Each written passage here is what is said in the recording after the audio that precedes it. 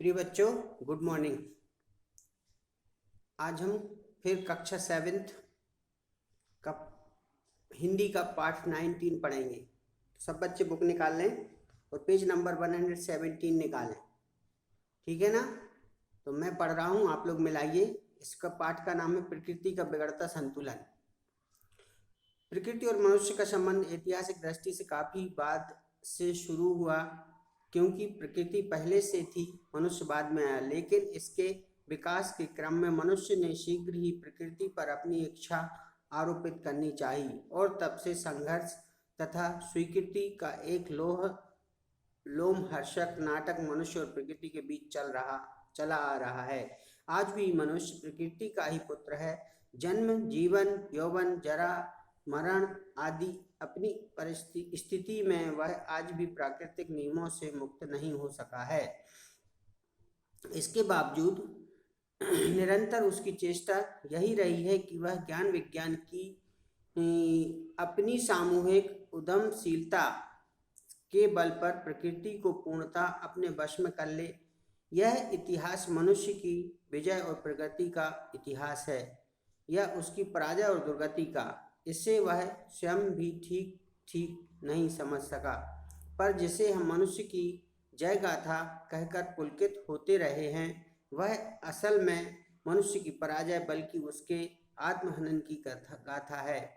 पिछले कुछ वर्षों में इकोलॉजी अर्थात परिमंडल विज्ञान की अत्यधिक चर्चा इसी तथ्य का प्रमाण है।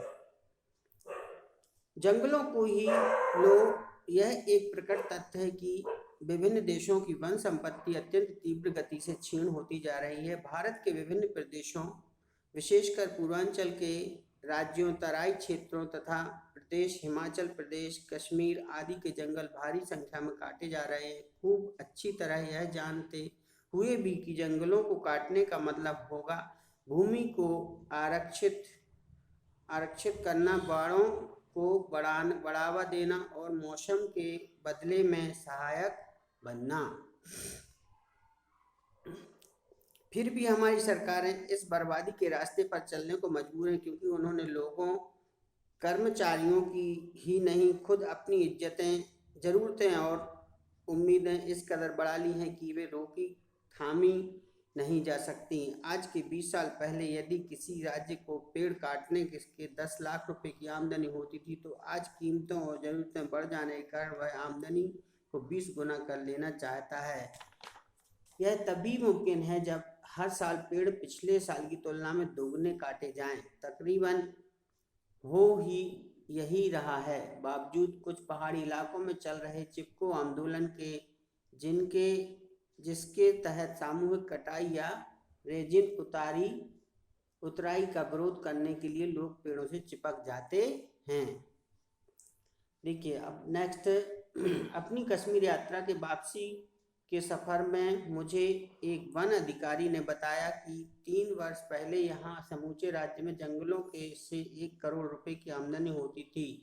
वही आज 3 करोड़ की आमदनी है और कोशिश यह है कि हर साल वह इसी तरह बढ़ती रहे। नतीजा यह है कि यहाँ हमें काटने के लिए जंगल 5000 फुट तक पर मिल जाते हैं, वहाँ अब वे 9-10 हजार फुट की ऊंचाई पर मिलते हैं। बीच में तमाम जंगल हमने काट डाले और वह दिन दूर नहीं, सिर्फ 10-15 साल और जब हम 14,000 फुट की ऊंचाई तक पहुंच जाएंगे, जहां केवल भोजपत्र के वृक्ष हैं, जिनकी छाल पर एक जमाने में लिखा जाना था जिससे इमारतें नहीं बनाई जा सकती, पर जिनके अलावा हमारे पास कोई और उपाय ना बचेगा, क्योंकि 14,000 फुट के ऊपर किसी भी तरह के पेड़ पौधे नहीं उगते, सिर्फ बर्फ ही से ढकी पहाड़ियाँ होती हैं। तो ये पाठ है।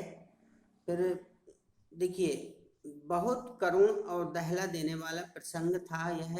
अपनी तत्कालिक जरूरतों की अशाश्वतता के साथ खिलवाड़, अधिकार क्षेत्रों से हम इसके अलावा और क्या कर रहे हैं।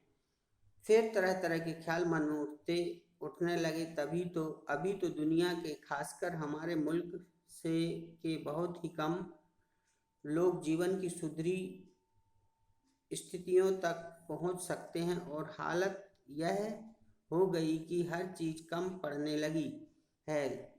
लकड़ी, बिजली, पानी, अनाज, लोहा, कागज, कोयला, पेट्रोल, मकान, स्कूल, सब कुछ कम। संतुलन को बनाए रखने के लिए किसी तरह सफल हो सकेगी। दुनिया भर में चीजों की कमी और कीमतों की बढ़ोतरी के पीछे मौजूद इंसानी छीना झपटी क्या इसी जादू के जोर से कम हो जाएगी? क्या हम धरती, नदियां, पहाड़ों, जंगलों, ऋतुओं को दूषित विकृत करते ही चले जाएंगे? और क्या प्रकृति चुपचाप इसी तरह हमारे इन अत्याचारों को सहती चली जाएगी? क्या वह हमारे बदला लेगी? यह हमें कोई विकल्प सुझाएगी जिससे हम अपने को और उसे भी बचा सकें?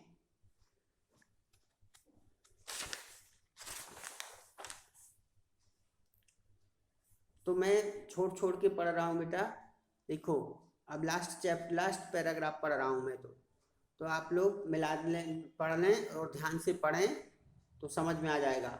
मुंडो प्रकृति की ओर बढ़ो, मनुष्यता की ओर। क्या यह केवल एक कल्पना है या फिर एक डरे हुए व्यक्ति ने हल्की सी छाया को बहुत बड़ा भूत बना मानकर अपने आपको खामखा की दहशत से भर लिया है? मौसम की गर्मी क्या मेरे दिमाग पर भी छा गई है? हिमाचल के भूकंप की थर्राहट क्या मन को अब भी कंपित किए हुए है? यही नहीं जानता, लेकिन आशा जरूर करता हूँ कि दुनिया ठंडी नहीं पड़ेगी बल्कि अपनी स्निग्ध शीतलता से हमें और आने वाली पीढ़ियों को खींचती रहेगी। तो ये पाठ है, इसको आप लोग ध्यान से पढ़ना। मैंने तो छोड़ के पढ़ा है, ठीक है। अब देखो, इस निबंध में एक निबंध है ये। इस निबंध में उन्होंने प्रदूषित होते हुए पर्यावरण के प्रति अपनी गहरी चिंता दर्शाते हुए कहा है कि हमारा पर्यावरण दिन प्रतिदिन दूषित और अस्वस्थकर होता जा रहा है। आजकल न केवल मैदान बल्कि सदा हरे भरे रहने वाले पर्वतीय प्रदेशों का पर्यावरण भी असंतुलित हो गया है। अगर हम अब भी सावधान ना हुए तो हम गहरे संकट में पड़ सकते हैं। इसका ये अर्थ है। इसको बेटा आप लोग ध्यान से पढ़ना। मैं कल इसके क्वेश्चन आंसर व्हाट्सएप कर दूंगा। दीर्घ क्वेश्चन लिखना नहीं है क्योंकि बहुत बड़े हो जाएंगे, ठीक है।